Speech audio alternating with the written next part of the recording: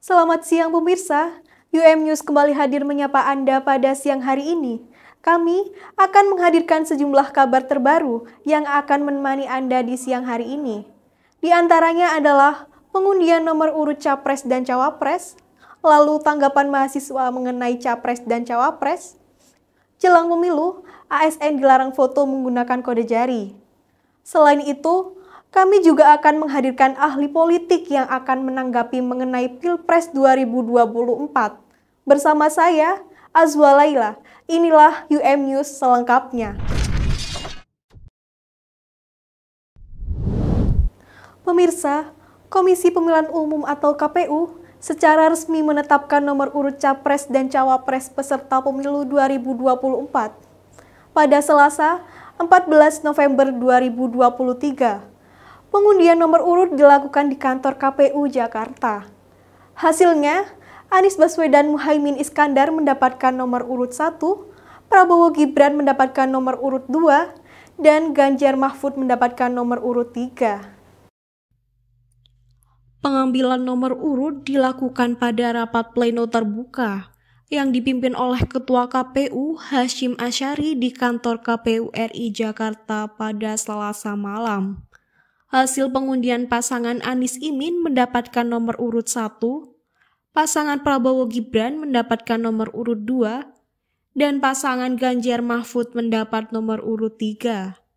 Selanjutnya, nomor urut Pilpres langsung ditetapkan oleh KPU dalam keputusan KPU bernomor 1644 tahun 2023 tentang penetapan nomor urut pasangan calon peserta Pilpres 2024.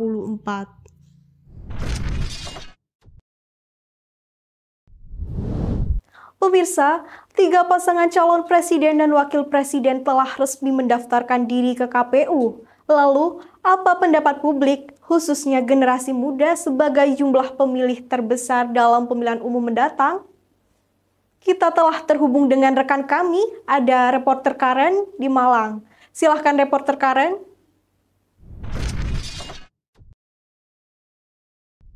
Baik Aswa dan saudara, pemilih muda merupakan pemilih terbesar di pemilu 2024. Langsung saja kita akan dengarkan seperti apa nih harapan mereka mengenai pemilu yang akan datang.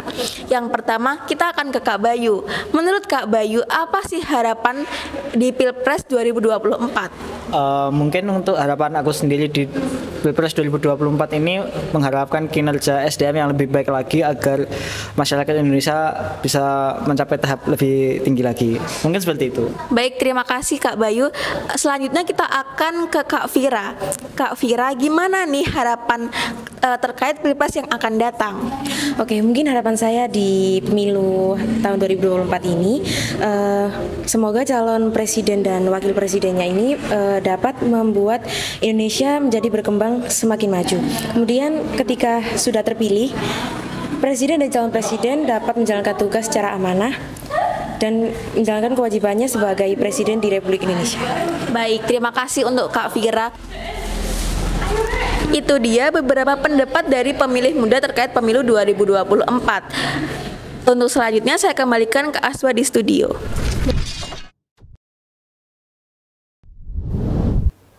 Baik, terima kasih reporter Karen yang telah melaporkan langsung dari Malang.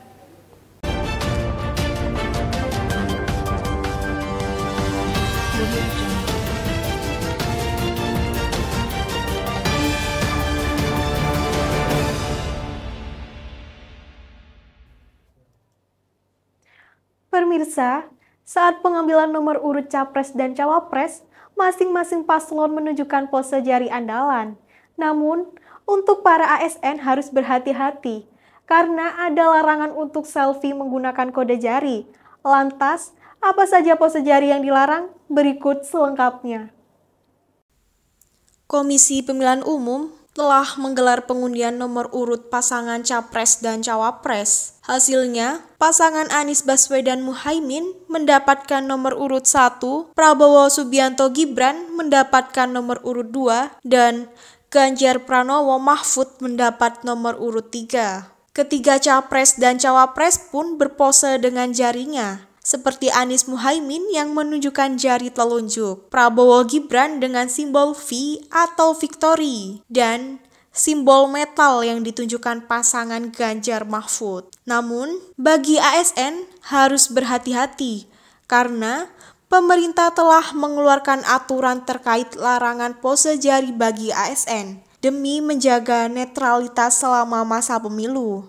Dalam unggahan akun Instagram Imigrasi Papua, menunjukkan sejumlah pose yang dilarang. Larangan itu tertuang dalam surat keputusan bersama atau SKB yang ditandatangani oleh Menpan RB, Mendagri, PLT Kepala BKN, Ketua Komisi ASN, dan Ketua Bawaslu pada September lalu. Dalam SKB poin ke-7, ASN dilarang mengunggah bentuk dukungan terhadap kandidat tertentu, seperti pose jari dengan simbol nomor urut Capres-Cawapres sebagai tanda dukungan paslon. Jika melanggar, akan diancam sanksi disiplin berat yang terdiri dari penurunan jabatan selama 12 bulan hingga pemberhentian dari jabatan PNS.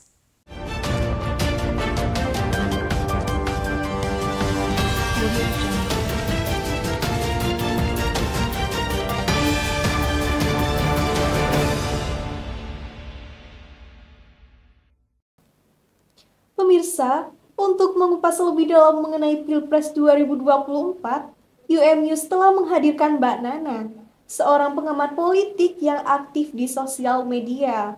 Halo Mbak Nana, bagaimana kabar Anda hari ini?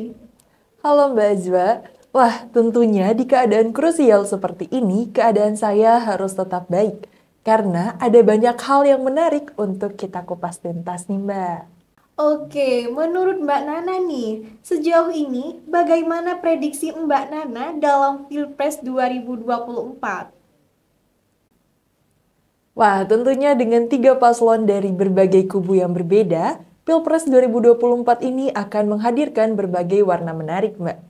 Terlebih menurut salah satu survei nasional yang dilakukan pasca putusan Majelis Kehormatan Mahkamah Konstitusi yang dilaksanakan pada 13 November, tepatnya dilakukan oleh LPI, menyatakan bahwa ketiga kandidat bersaing ketat dan diyakini tidak ada yang dapat memenangi Pilpres dalam satu putaran.